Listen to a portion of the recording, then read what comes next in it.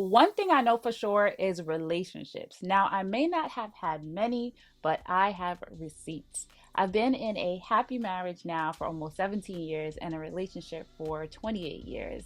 Now, we are by far perfect, but we do have some things that are really important that I know a lot of people admire, which is love, affection, chemistry, joy, and most of all, peace. And so I'm going to share with you today three major things that I believe has gotten us here to this point in our lives after all of this time being junior high school sweethearts. Yes, we've lasted the test of times. We've grown, we've changed, and we've applied these three things. We've learned these three things, and they've allowed us to really change our lives. I actually had 7 tips for you, but because the first three were so dense and so meaty, I said, you know what, let's break it into 2 videos. So you'll come back for the other 4, but let's get into these 3 major things that I think are important to have a happy, lasting relationship. Number 1, bringing your whole authentic self to the relationship. Don't skip over this. I know this is not the exciting, sexy part of the information, but I promise you it is really important, because if you can't be your whole self, if you don't know who you are and you are not healed from any major hurdles that you are dealing with, then you're not going to really know how to properly be in a relationship. You're not going to know how to properly encounter with that other person. And so for me, I've had a lot of emotional issues, anger issues, things from my childhood that I had to deal with. And I'm grateful that I was able to be introspective and look at myself and say, hey, you need to kind of heal from these things in order for you to be your best self in this relationship. Because I was not a nice person. And so I was able to do that. And that doesn't necessarily happen for everyone. That doesn't necessarily come naturally for everyone. And sometimes the damage could already be done in the relationship when you try to do that while you're with another person. Now, do you have to be perfect? Absolutely not. But I think being able to acknowledge your personal, downfalls and your faults is extremely helpful for the relationship and very healthy. And for both me and my husband, my partner, we are both able to do that. We're both able to acknowledge what our faults are in particular situations, or acknowledge what our tendencies are, so that if we have a disagreement, if we have an issue, we can kind of own our own stuff and then say, all right, I know that this part belongs to me, or that I tend to be like this.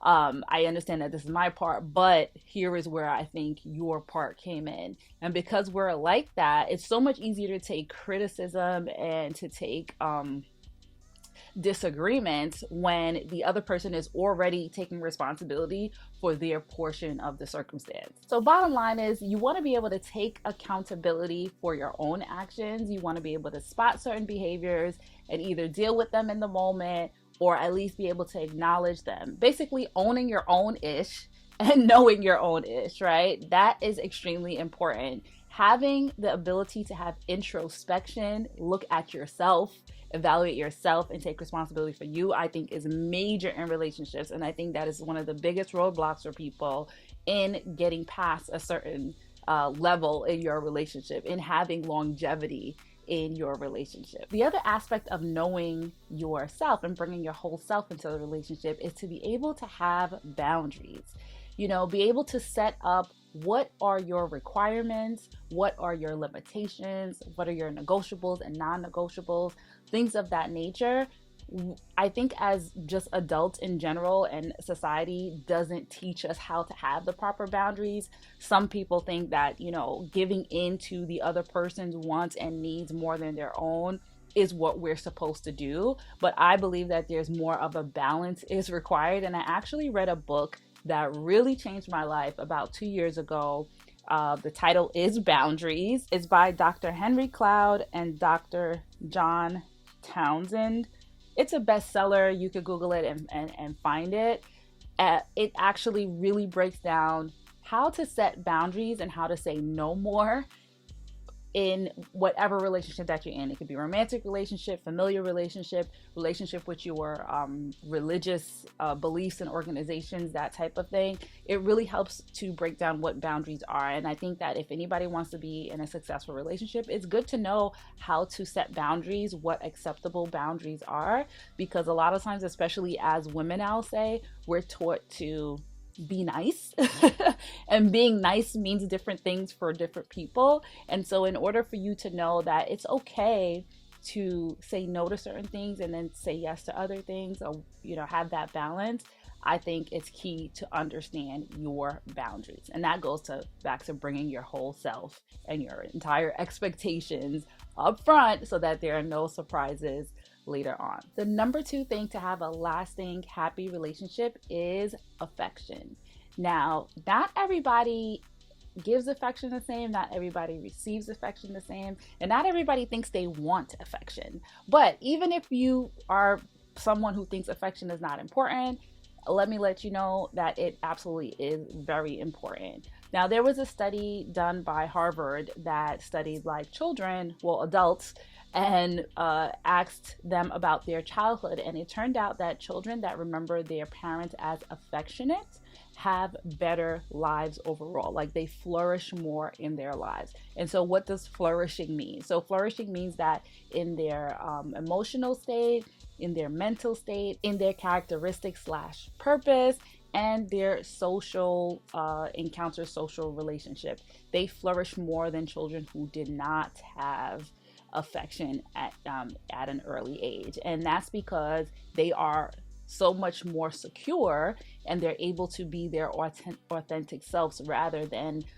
vying for attention, vying for love, and having that shape their behavior, etc., etc. So when you give affection, we as humans function better, right? So it just depends on what type of affection that you're looking for. We each have a love language. Some of you may have read this book by Gary Chapman that breaks down all of the different types of love languages. There's 5 of them, and everybody falls into one, and it usually stems from what their childhood idea of love was, or how they were treated and were given love. So there is gifts is a love language. There's physical touch, that's a love language.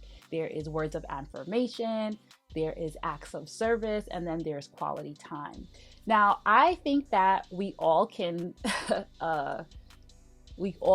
benefit from each and every one of these things to a certain degree, but I think you need to be heavy on the one that your partner is partial to, whatever that love language your partner is partial to.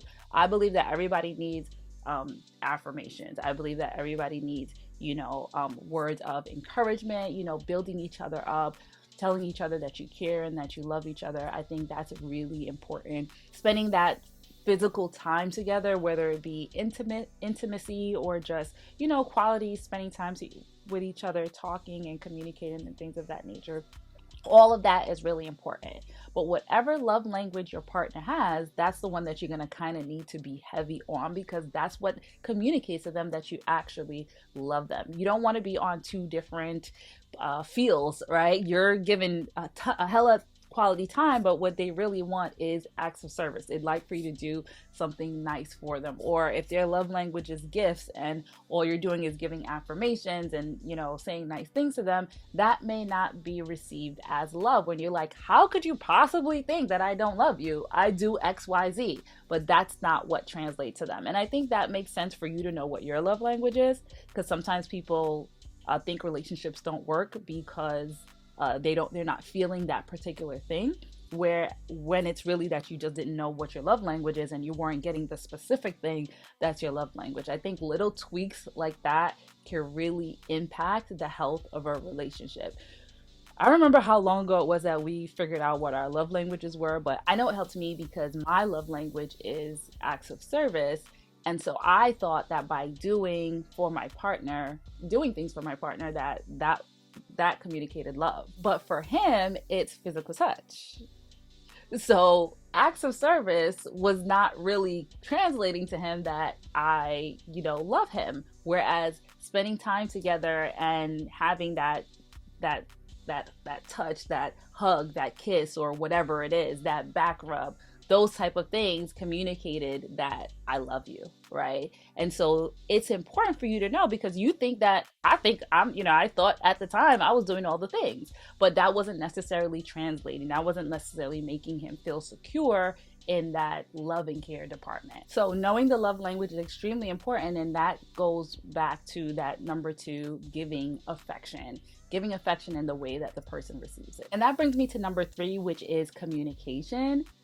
Communication is so important, and I think we throw that word out and just like talk to me, right? Like that's communication. But communication is not just only talking or physically saying something to the other person. It's also saying something to them in the way that they would receive it, right? So I learned early in our relationship about arguing, right? I would, if I was angry or I needed to express something, I thought arguing was the way that you do it. I would yell or whatever the case is and get angry. And I learned quickly, like, that does not resonate. Like, my partner just checks out totally and completely at that type of confrontation, which a lot of people do, right? It's not a healthy way to really get things solved. It's not even a healthy way to communicate and be heard.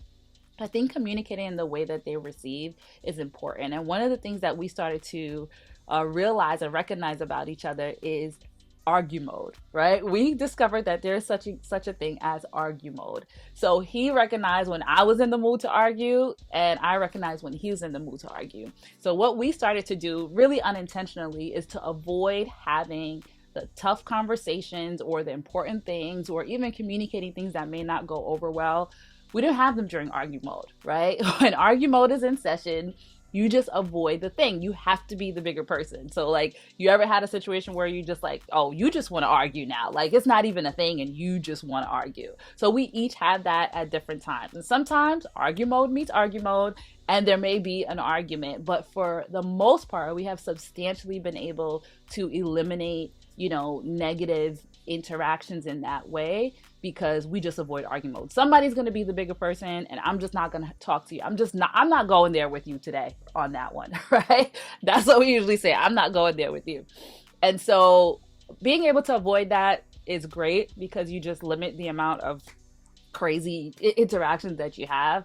And then when you have a better when you each are in a better mood or you have a better opportunity, then you can bring up things. And what I think has been helpful for us is to basically say, well, when we're in a happier mood, I don't like it. I do like when XYZ, but I do not like when XYZ, right? So checking in and being able to say, listen, this is something that doesn't really work for me. This is something that sort of rubs me the wrong way.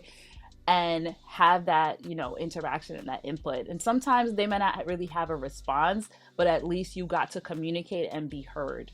So I think it's important for you to communicate and be heard. And it's also important to listen and absorb what the other person is saying. And then also acknowledge, like, I heard you, whether it be that I heard you and I have an answer, or I heard you and I'm just taking it in, or I'm just processing, whatever it is, having that communication so that you guys know how each other absorbs information and how each other processes information is really important. The other aspect of communication is being best friends, right? I think it's important for you and your partner to be best friends. I understand that you may have other best friends in your life, and that is fine, and that is awesome and healthy. However, if this is somebody you want to spend your life with, you should at least like them, right? You should like spending time with them. You should like doing things together. You don't have to do everything together, but you should be best friends to the point where you can bond and you can laugh and you can joke. And when things happen in your life, you want to share it with that person. You're delighted to share it with that person. And I think it's important to see your partner as your friend and actually become friends, because you're signing up for a long-term thing, right? You're signing up for, death do us part if you're going to get married. And so you want to make sure that you like each other, you respect each other, and that you can be really good friends with each other. And through that friendship comes honesty, just being honest about who you really are, what you really want out of life, and sharing those things open and honestly so that you can both grow. Like keeping it real all around. There's no reason to lie to each other. one of the things that I really appreciate about my partner is honesty. I know that if I am going through something and I ask his opinion, he's going to tell me the truth. He's not going to sugarcoat things just to make me feel better or to make me, to guard my feelings. Although sometimes I would like my feelings to be guarded. But you need that around you. You need a real honest friend that's going to tell you the truth about what's going on and actually keep it real, because we're really supposed to be building each other up and making each other better, right? Iron sharpens iron. You want your interactions to be quality interactions where you're each like actually paying attention to what the other person's saying, focusing on the time that you actually have together so that you continue to grow and deepen your relationship. You're going to grow over time, you're going to evolve over time. But if you keep these three things primal, bringing your whole authentic self, even as you grow and change, that's even better, right? Even as you realize new things about yourself, share those things. Giving that affection, whatever each other needs, that may even grow and change, right? Like I said, we all need a combination of these different types of affection. Talk about what you need, figure out what you need, right? And then finally, the communication. You cannot not have communication. You need this in your relationship. This is one of the areas that really tends to kill a lot of relationships, is because you just didn't share. You just weren't open and honest enough. If you can't be open and honest with your partner that you live with, that you lay your head down, then who are you going to be open and honest with? Please leave me a comment and let me know, have you had any experience with any of these and what you've learned. I really appreciate your feedback, and come back next time where I share 4 more tips about having a happy, lasting, long relationship that a lot of people don't really talk about, and one of them is definitely a deal breaker.